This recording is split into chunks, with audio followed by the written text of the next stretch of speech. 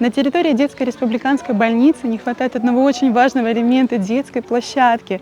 Вы представляете, насколько это важно для детей в пути их восстановления, выздоровления? Вместе с инициативной группой граждан, нас 16 человек, мы решили, что мы соберем деньги на игровую детскую площадку, которая так необходима. На этой территории будет сертифицированное покрытие, прорезиненное 50-метровое, для того, чтобы детки могли, и те, которые на колясках передвигаются, тоже было комфортно им ехать. Это будет однородное покрытие. Здесь будут специализированные карусели, здесь будет горка, несколько тренажеров, лавочка. Очень бы хотелось доставить такую радость детям и родителям, чтобы можно было отдохнуть в вечернее время, немножко сменить режим палаты на обстановку ближе приближенную к домашней. Площадка необходима, чтобы дети успокоились, родители чувствовали себя более защищенными, и процесс выздоровления проходил быстрее и легче.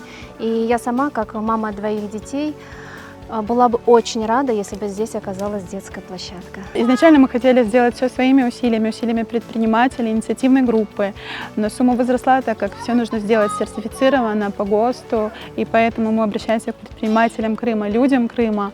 Помогите нам создать это пространство вместе.